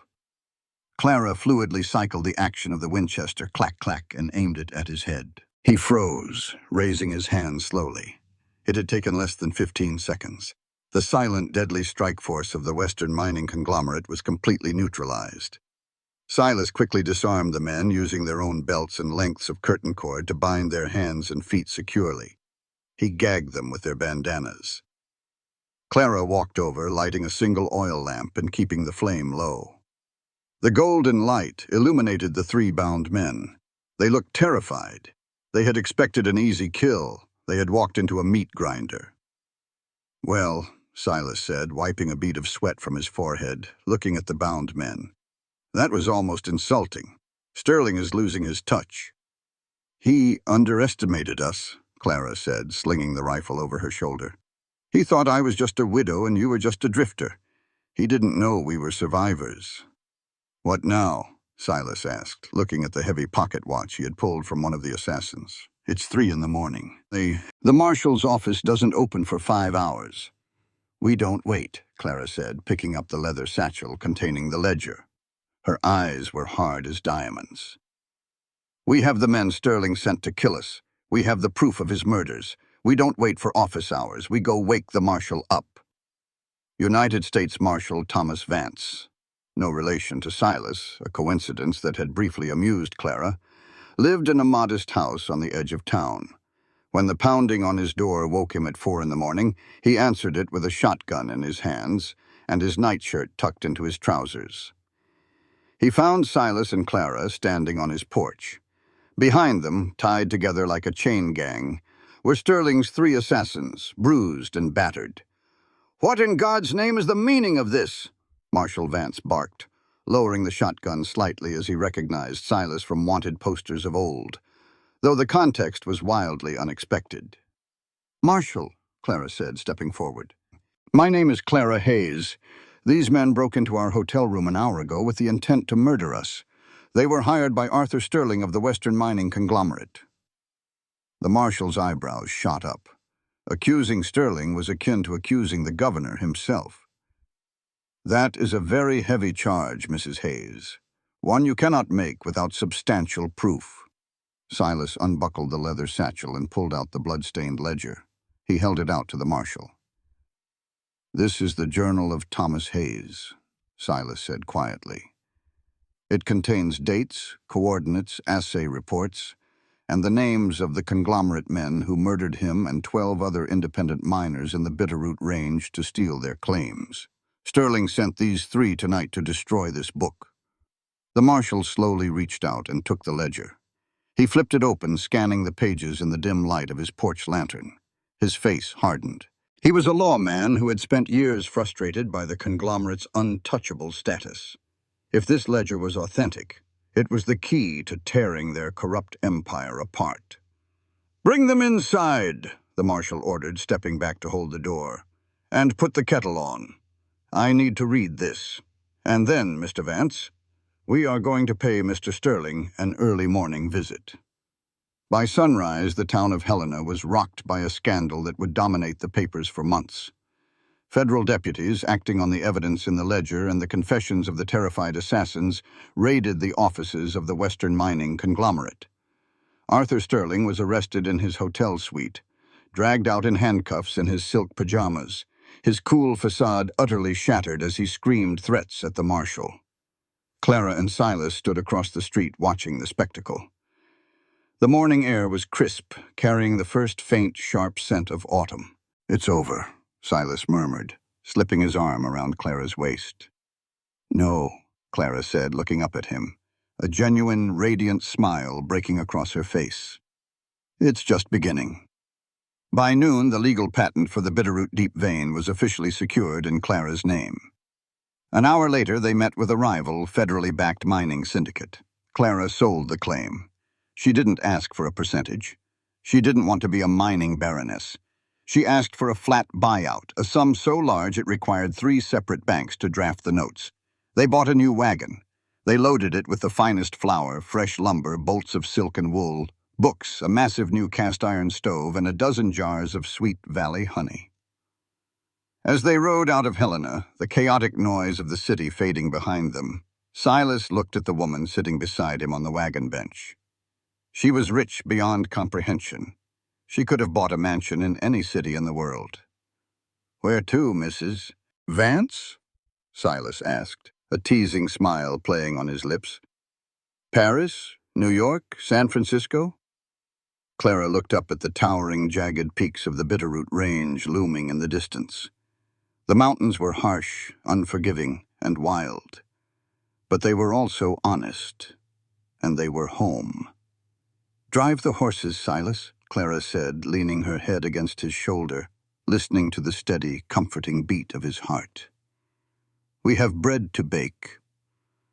The wagon rolled forward, leaving the world of men and greed behind, climbing steadily upward toward the clean, cold air of the mountains, toward a cabin with a new door, and a future they had fought through hell to claim. The journey back up into the Bitterroot Range was nothing like the desperate, frantic descents they had each made months prior. As September bled into October, the mountains transformed into a breathtaking tapestry of gold, amber, and fiery crimson. The air lost the choking, sulphurous heat of Helena, replaced by a crisp, pine-scented chill that tasted of pure, unfiltered freedom. Their new wagon, pulled by a team of massive, steady draft horses they had purchased from a valley breeder, creaked and groaned under the weight of their supplies. Clara sat on the bench, swathed in a thick woolen shawl, her eyes tracing the familiar jagged peaks that pierced the sky. She felt a profound sense of grounding. Her pocketbook contained bank drafts that made her one of the wealthiest women in the Montana Territory. Yet she felt infinitely more secure feeling the rough, worn wood of the wagon bench beneath her, and seeing Silas riding Jasper just ahead. Silas rode with an easy grace, his shoulders relaxed, the perpetual tension that had defined his existence finally uncoiling. Yet Clara, who had learned to read the subtle shifts in his posture like a map, noticed a quiet brooding settling over him as they climbed higher. They made camp at this midway point, a wide plateau overlooking a vast valley carved by an ancient glacier. Silas set to work unhitching the team, his movements methodical and practiced. He gathered deadwood and soon had a crackling fire casting warm, flickering light against the encroaching dusk. Clara prepared a simple meal of salted beef, beans, and fresh coffee. When she handed Silas his tin plate, he took it with a murmured thanks, his eyes fixed on the dancing flames rather than her face. "You're awfully quiet for a man who just defeated a mining conglomerate and walked away a millionaire," Clara observed, taking a seat beside him on a felled log. Silas chuckled, a low, dusty sound that lacked its usual warmth. He took a bite of his food, chewed slowly, and swallowed before speaking. "That's just it, Clara. I'm not a millionaire. You are. The claim was your brother's. The blood shed for it was his. I was just the courier." Clara lowered her plate, the beans suddenly losing their appeal. She recognized the shadow in his eyes. It was the same ghost of unworthiness that had almost made him ride away from her cabin to die in the snow. "Silas Vance," she said, her voice carrying a soft but unyielding edge, "do not do this. Do not build a wall out of paper money when we just tore down a wall of bullets and blood." He sighed, resting his forearms on his knees, staring into the fire. "It's not the money itself, Clara. It's what it means. I've spent my whole life with nothing but the clothes on my back, a gun on my hip, and a horse under me. I know how to survive with nothing. I know how to fight men like Miller and Sterling. But I don't know how to be the husband of a wealthy woman. I don't know how to sit in a parlor. What use is a gunfighter when the war is over?" Clara set her plate aside entirely. She shifted closer, reaching out to place her hand over his scarred knuckles. "Look at me," she commanded gently. He turned his head, the firelight catching the silver scars on his neck and the deep, bruised color of his eyes. "I didn't marry a gunfighter," Clara said, her voice steady and clear. "I married a man who rode into a blizzard to keep a promise to a dead stranger. I married a man who was willing to blow himself to pieces so I could live. I didn't take that money to become a lady of leisure, Silas. I took it so we would never have to be afraid again, so we could build our home exactly the way we want it, without the shadow of winter starvation hanging over our heads." She gestured toward the wagon, specifically the massive wooden crate strapped securely to the bed. "Do you think I bought a 500-pound cast-iron cook stove so I could hire a maid? I bought it so I can bake enough bread to feed anyone who crosses our pass. I bought it because I want a hearth big enough for the life we are going to build. And I need a man strong enough to help me carry it inside." Silas looked at the wagon, then back to her. The tight lines around his mouth softened. A slow, genuine smile broke through the brooding shadow. "It's going to take a block and tackle to get that monster off the wagon bed," he murmured. "Then it's a good thing you know how to rig one," she replied, leaning in to kiss his cheek, her lips brushing against the rough stubble of his jaw. "You are my partner, Silas, in poverty, in wealth, in blizzards, and in sunshine. The money is just a tool. You are my home." The remainder of the journey felt lighter. The unspoken fears had been aired and banished by the mountain wind. When they finally crested the final ridge and the cabin came into view, Clara felt tears prick her eyes. It stood defiant against the vastness of the wilderness, its new pine door and unbroken windows a testament to their victory. It was a humble structure by the standards of Helena's elite, but to Clara and Silas it was a palace. The next 2 days were a blur of grueling, joyous labor. Silas proved true to his word, rigging a complex system of ropes and pulleys over a sturdy oak branch to hoist the massive new stove from the wagon. Together, straining, sweating, and laughing, they maneuvered the iron behemoth through the front door and settled it proudly against the stone chimney. They unpacked the bolts of bright fabric Clara had purchased, replacing the smoke-ruined curtains. They filled the pantry with jars of preserves, tins of coffee, sacks of sugar, and barrels of fine white flour. Silas took the remaining lumber they had hauled up and began expanding the front porch, building a wide, sturdy overhang that would shield them from the heavy winter snows. One evening, a week after their return, Clara stood at the new stove. The iron was hot, radiating a deep, comforting warmth that filled the entire cabin. The smell of baking sourdough, rich, tangy, and earthy, perfumed the air. Silas walked in from the barn, stamping the evening chill from his boots. He paused in the doorway, taking in the scene. The lamps were lit, casting a golden glow over the room. Clara was wiping flour from her hands onto her apron, her face flushed from the heat of the oven, humming that same tuneless melody she had caught him humming months ago. He walked up behind her, wrapping his arms around her waist, pulling her back against his chest. He buried his face in her hair, inhaling deeply. "I could get used to this," he murmured, his voice a low rumble vibrating against her back. "You'd better," Clara laughed, turning in his arms and wrapping her hands around his neck. "Because I've got 50 pounds of dough proofing and I expect you to help me knead it tomorrow." Silas groaned dramatically, though his eyes danced with amusement. "I fought off a mining syndicate, Clara. Surely that excuses me from kitchen duty." "Not on your life, Mr. Vance," she whispered, pulling his face down to hers. Later that night, as the fire died down to glowing embers, they lay tangled in the heavy quilts of their bed. The wind howled outside, a reminder of the brutal frontier that surrounded them. But inside the cabin, there was only warmth and quiet peace. Silas traced the line of Clara's collarbone with his thumb, his touch infinitely gentle. He looked at the scars on his own body, then at the strong, capable hands of the woman sleeping beside him. He realized then that Clara was right. The wealth didn't matter. The gold was buried in a bank vault in Helena, but the true treasure was here, breathing softly against his chest. He pulled her closer, burying his face in the crook of her neck, and for the first time in his entire life, Silas Vance fell asleep without keeping one eye open toward the door. He was finally, truly, safely home. 3 years slipped away like snowmelt running down the mountain. The Bitterroot cabin was no longer just a solitary refuge. It had blossomed into a beacon of life amid the wilderness. Using the immense wealth from the silver claim, Clara and Silas had not built a gaudy mansion, but rather expanded their homestead with purpose. They had added 2 large guest rooms, built an expansive, weatherproof barn, and constructed a wide wraparound porch. Word had spread through the valleys and across the trading routes.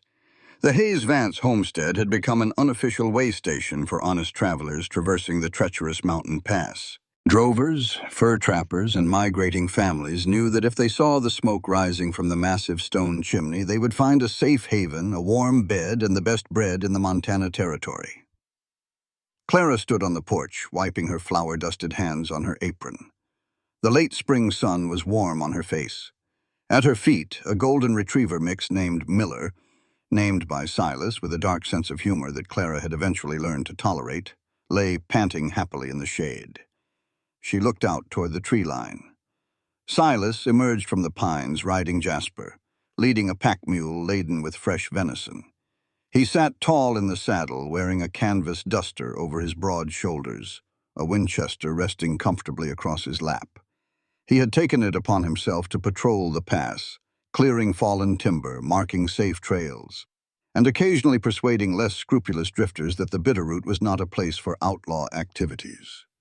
He was the unspoken guardian of the mountain. Seeing Clara on the porch, Silas spurred Jasper into a trot. He swung down from the saddle before the horse had fully stopped, a wide, bright smile breaking across his weathered face.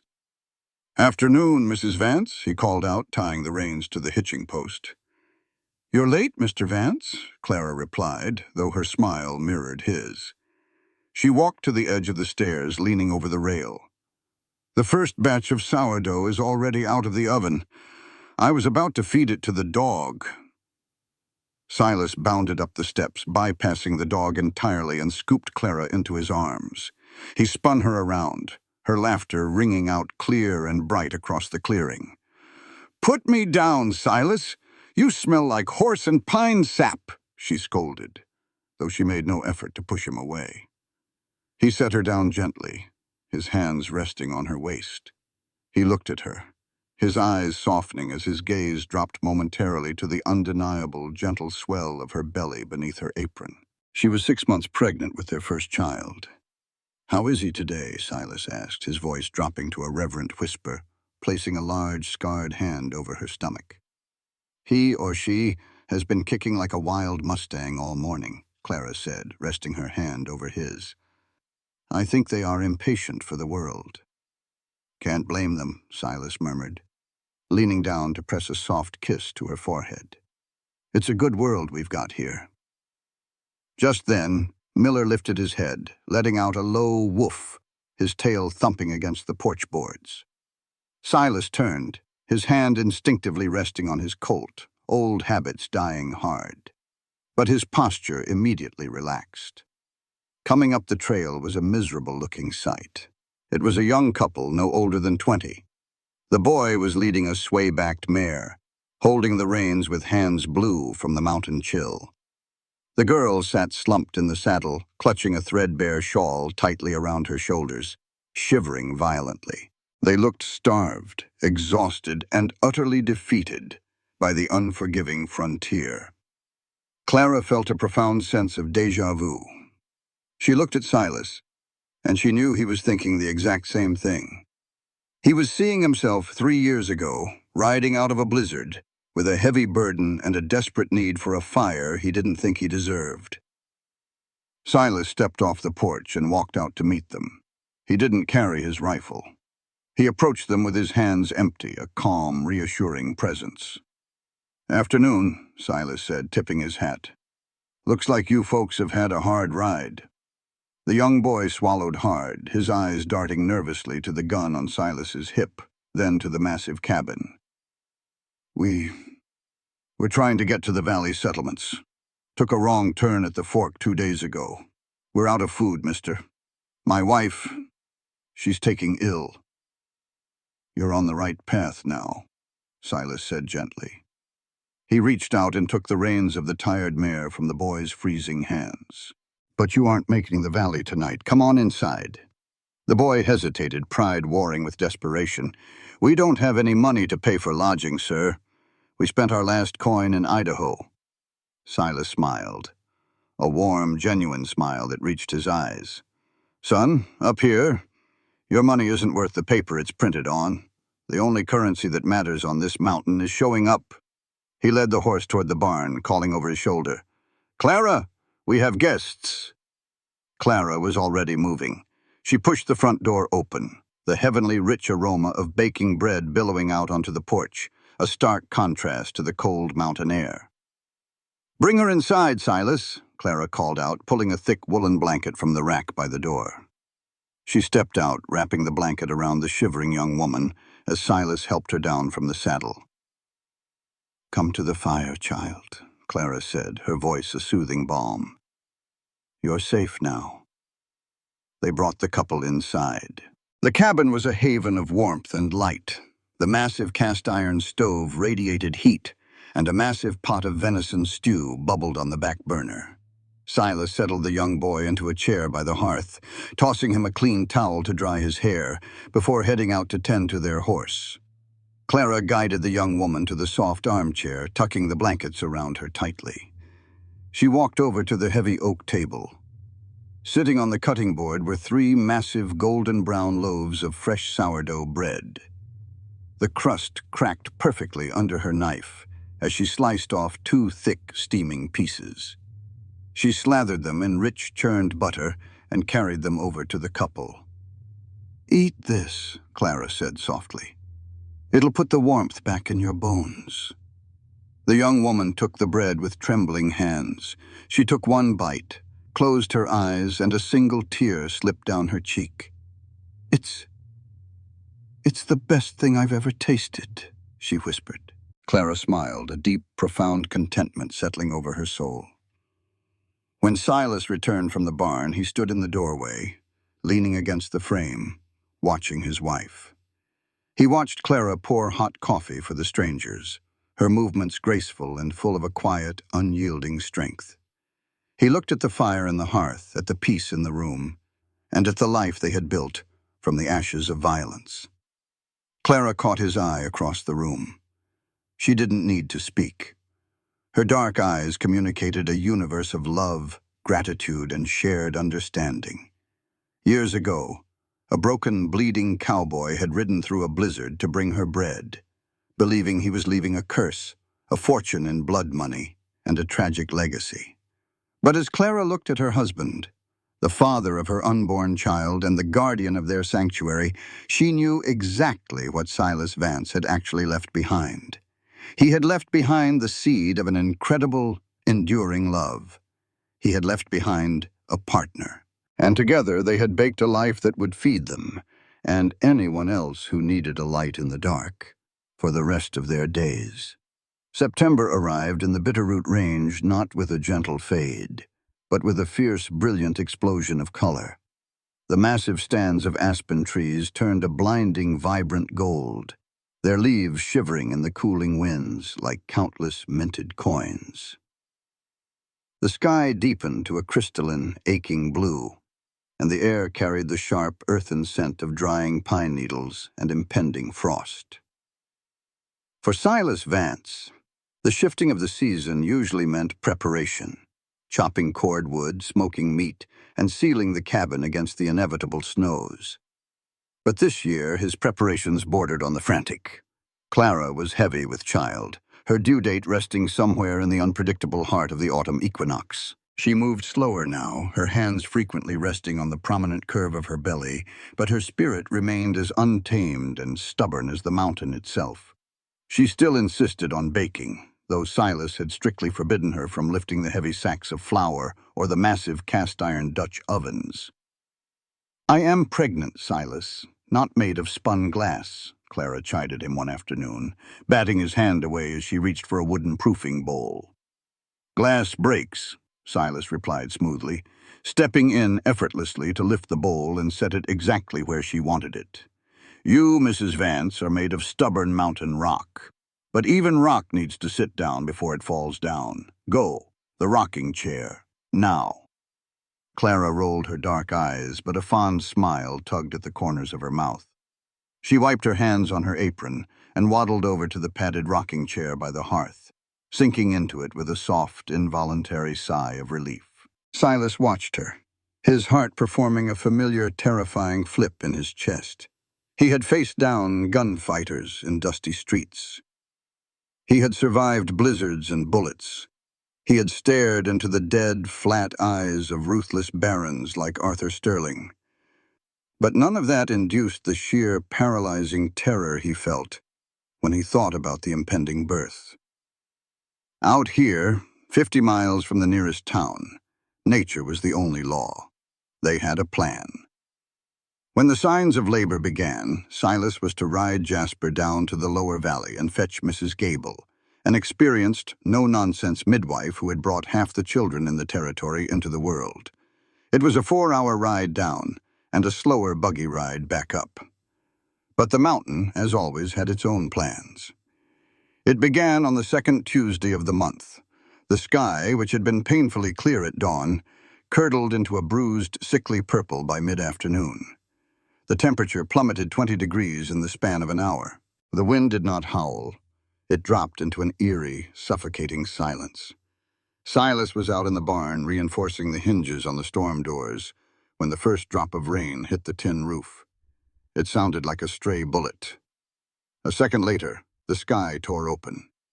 It wasn't snow, but a torrential, freezing deluge, an autumn squall driven by gale-force winds. The rain came down in blinding horizontal sheets, turning the dirt yard into a churning sea of mud within minutes. Silas cursed, dropping his hammer and running for the cabin. He burst through the front door, slamming his shoulder against the wood to force it shut against the wind. He was soaked to the bone in the 10 seconds it took to cross the yard. "That is a wicked blow," Clara said. She was standing by the window, her arms wrapped around her stomach, watching the water obliterate the tree line. "The creek is going to flash flood," Silas said, stripping off his heavy canvas duster and hanging it on a peg. He walked to the fire, stoking it higher. "If it keeps up like this, the lower switchbacks on the trail will wash out by nightfall." Clara didn't answer. Silas turned to look at her. She was gripping the windowsill, her knuckles stark white, her head bowed. A low, sharp intake of breath hissed through her teeth. "Clara?" Silas closed the distance between them in 2 long strides. He touched her shoulder. "Clara, what is it?" She looked up at him. Her face, usually so composed, was pale and tight with sudden pain. She offered a wavering, incredibly ill-timed smile. "Well, Mr. Vance," she breathed, waiting for the contraction to pass, "I believe you were just talking about the trail washing out. I certainly hope you remember the directions to Mrs. Gable's house." Silas felt the blood drain entirely from his face. "Now?" "Clara, it's a hurricane out there. The baby isn't due for another 2 weeks. "The baby," Clara said, gripping his forearm with terrifying strength as another wave of pain began to build, did not consult the calendar. Panic, cold and sharp, spiked in Silas's chest. He looked at the shattered window panes rattling in their frames, the rain hammering against the sturdy pine logs. He knew the mountain. He knew the lower pass. The creek would already be over its banks. If he rode Jasper down, he might make it, but a buggy bringing a midwife back up through a mudslide would be a suicide mission. "I have to go," Silas said, his voice tight. He turned toward the door, already reaching for his wet duster. "I'll ride hard. I can make it down and bring her back on Jasper." "Silas, stop!" Clara's voice cracked like a whip, cutting through his rising panic. He froze, turning back to her. She had moved away from the window and was leaning heavily against the heavy oak dining table. "You can't ride in this," she said, her voice strained but intensely practical. "You said it yourself, the lower switchbacks are gone. If Jasper slips, you break your neck in the ravine. And if you go, I am alone here." She locked her dark eyes onto his. "I'm not doing this alone, Silas. I need you here." Silas stared at her. He looked down at his own hands. They were large, calloused, and scarred. They were hands that had pulled triggers, dug graves, and broken men. They were not the hands of a healer. They were not the hands meant to welcome a fragile, newborn life into the world. "Clara, I don't know anything about this," he confessed, the raw vulnerability in his voice laying his soul bare. "I don't know how to help you. I only know how to stop bleeding, not how to start a life. What if I do something wrong? What if I lose you?" Clara slowly walked toward him. She took his large, trembling hands in her own, pressing them firmly against the massive swell of her stomach. Beneath his scarred knuckles, Silas felt a sudden sharp kick. A profound electric shock of reality coursed through him. "You are not going to lose me," Clara said softly, fiercely. "You are the man who held off a syndicate with a hunting knife and a revolver. You are the man who rode through a blizzard to bring me bread. You can do this. We can do this." Another contraction hit her, harder this time. She gasped, her knees buckling slightly. Silas caught her instantly, his strong arms wrapping around her, bearing her weight. The panic vanished. It was burned away by the white-hot imperative of the moment. The frontier had taught him one fundamental truth. When the storm hits, you do not freeze. You work the problem. "All right," Silas said, his voice dropping to that calm, steady baritone that had once commanded men in battle. "All right, we're staying." He lifted her entirely off the floor, carrying her to the large bed in the corner of the room. He set her down gently, propping her up with pillows. "Tell me what to do, Clara. I am your hands."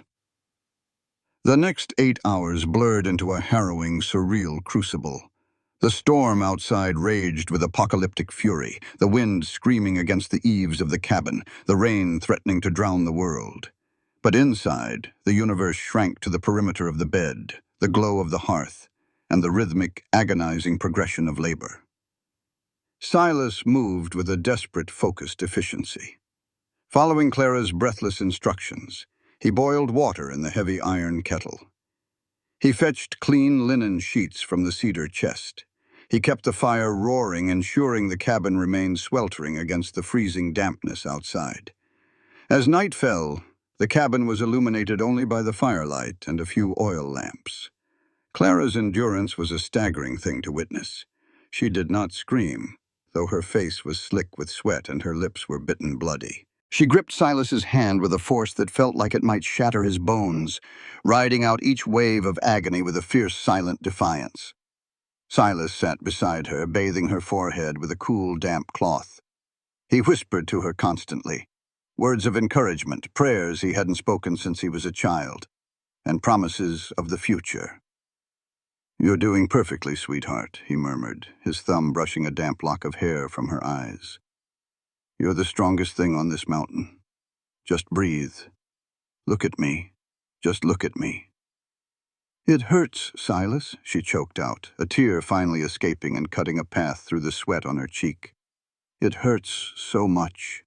I know it does." He pressed his forehead against hers, closing his eyes, wishing he could somehow transfer the agony from her body into his own.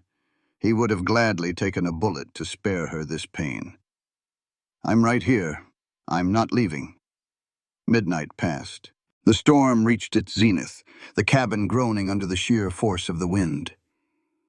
"Silas," Clara gasped suddenly, her back arching, her eyes widening in a mixture of fear and profound realization. "It's time. The baby is coming." Silas threw off his duster.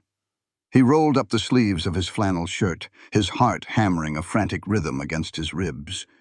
He moved to the foot of the bed. He looked at his scarred, calloused hands, the hands of a killer, the hands of a drifter. "Lord," he prayed silently, staring at his palms, "I have taken so much from this world. Please, let me give this one thing back. Keep my hands steady." "All right, Clara," Silas said, his voice carrying an unwavering, absolute authority. "When the next wave comes, you push. You push with everything you have." The final hour was a chaotic symphony of pain, effort, and unconditional trust. Silas guided her, his voice the only tether keeping Clara anchored in the physical world. He focused entirely on the fragile, miraculous task before him, his instincts shifting from survival to preservation. "I can't," Clara cried out, her head thrashing against the pillows, her strength finally faltering.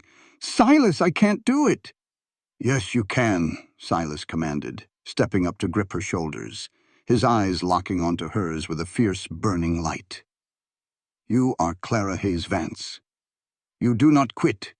You did not quit when the wolves came, and you are not quitting now. One more, Clara. Bring our child home."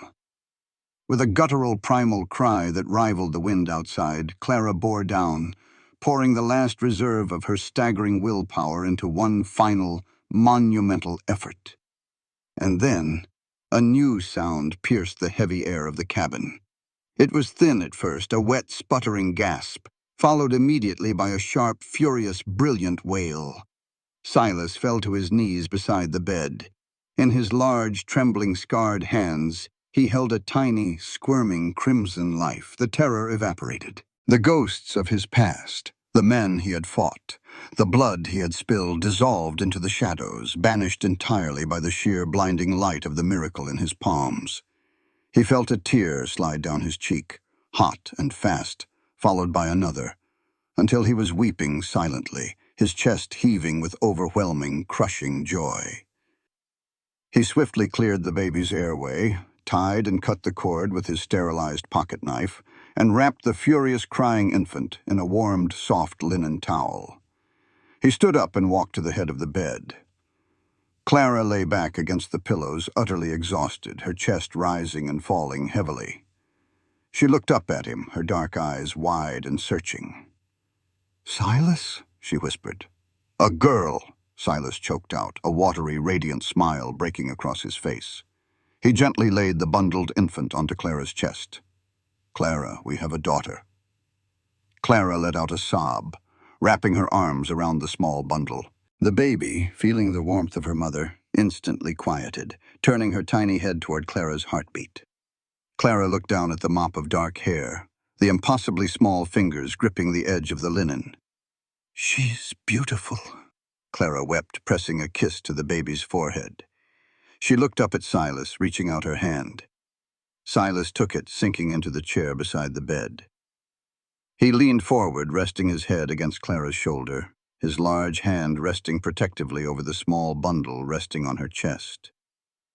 "You did it," Clara whispered, kissing the top of his head. "You caught her. You brought her into the world." "No," Silas replied, lifting his head to look at the two most important things in his universe. "You did all the work. I was just the welcoming committee." Outside, the storm had finally broken. The howling wind receded to a low, apologetic murmur. As the hours crept toward dawn, the heavy clouds parted, allowing the first pale rays of morning sunlight to pierce the shattered sky. The light filtered through the cabin window, falling across the bed in a warm, golden swath. "What do we name her?" Silas asked quietly, watching the rhythmic rise and fall of the baby's chest. Clara looked at the dawn breaking over the mountains. She thought of her brother Thomas, who had died for the truth. She thought of the long, cold winter they had survived. And she thought of the man sitting beside her, who had walked out of a blizzard and left behind a love she had never expected. "Hope," Clara said softly, her thumb gently stroking the baby's soft cheek. "We'll name her Hope." Silas smiled, leaning down to press a gentle kiss to his daughter's tiny head, and then a deeper, lingering kiss to his wife's lips. "Hope Vance," Silas murmured, tasting the words. It sounded like a promise. It sounded like a prayer answered. It fits perfectly. The Bitterroot Range outside was wild and dangerous. It would always be a frontier of hard winters and unforgiving realities. But inside the sturdy pine walls of the cabin, the fire was burning bright. The ghosts had been laid to rest. And as Silas Vance held his wife and his newborn daughter in the quiet golden light of the morning, he knew that he had finally, truly, outrun the dark. The characters, settings, and events portrayed in this story are entirely fictional. While certain themes may echo real-life experiences, they are shaped by creative interpretation. The author does not intend to represent or depict any specific individual, organization, or historical event. On this channel, we tell stories about the Wild West, cowboy life, love on the frontier, family bonds, and the quiet compassion between people in the harshest places. This story, set against the unforgiving wilderness of the Bitterroot Mountains, carries a profound message about redemption, love, and the quiet, enduring strength of human connection. At its core, it reminds us that people are rarely what they believe themselves to be. Silas Vance sees himself as a curse, a man defined by violence, failure, and guilt. He believes that the only thing he can offer the world is distance, that his presence only brings suffering. Yet through his actions, we see the truth. He is a man of deep honor, loyalty, and sacrifice. He rides through a deadly storm not for glory, not for reward, but to fulfill a promise to a dying friend. This teaches us that our worth is not determined by our past mistakes or by the harsh judgments we place upon ourselves, but by the choices we make when it matters most. In contrast, Clara Hayes represents resilience shaped by loss. She has built walls around her heart to survive a world that has taken everything from her, yet she refuses to let that pain turn her cold. When faced with the choice between fear and compassion, she chooses compassion, allowing a stranger to live and later risking her life to save him. Through Clara, the story teaches us that strength is not the absence of vulnerability, but the courage to care despite the risk of being hurt again. The relationship between Clara and Silas reveals another powerful truth. Healing does not happen in isolation. Both characters begin as solitary figures, shaped by grief and mistrust, but it is only through their connection that they begin to find peace. Silas learns that he is not beyond redemption, and Clara learns that she does not have to face the world alone. Their bond is not built on convenience or fantasy, but on shared struggle, mutual respect, and the willingness to stand side by side in the face of danger.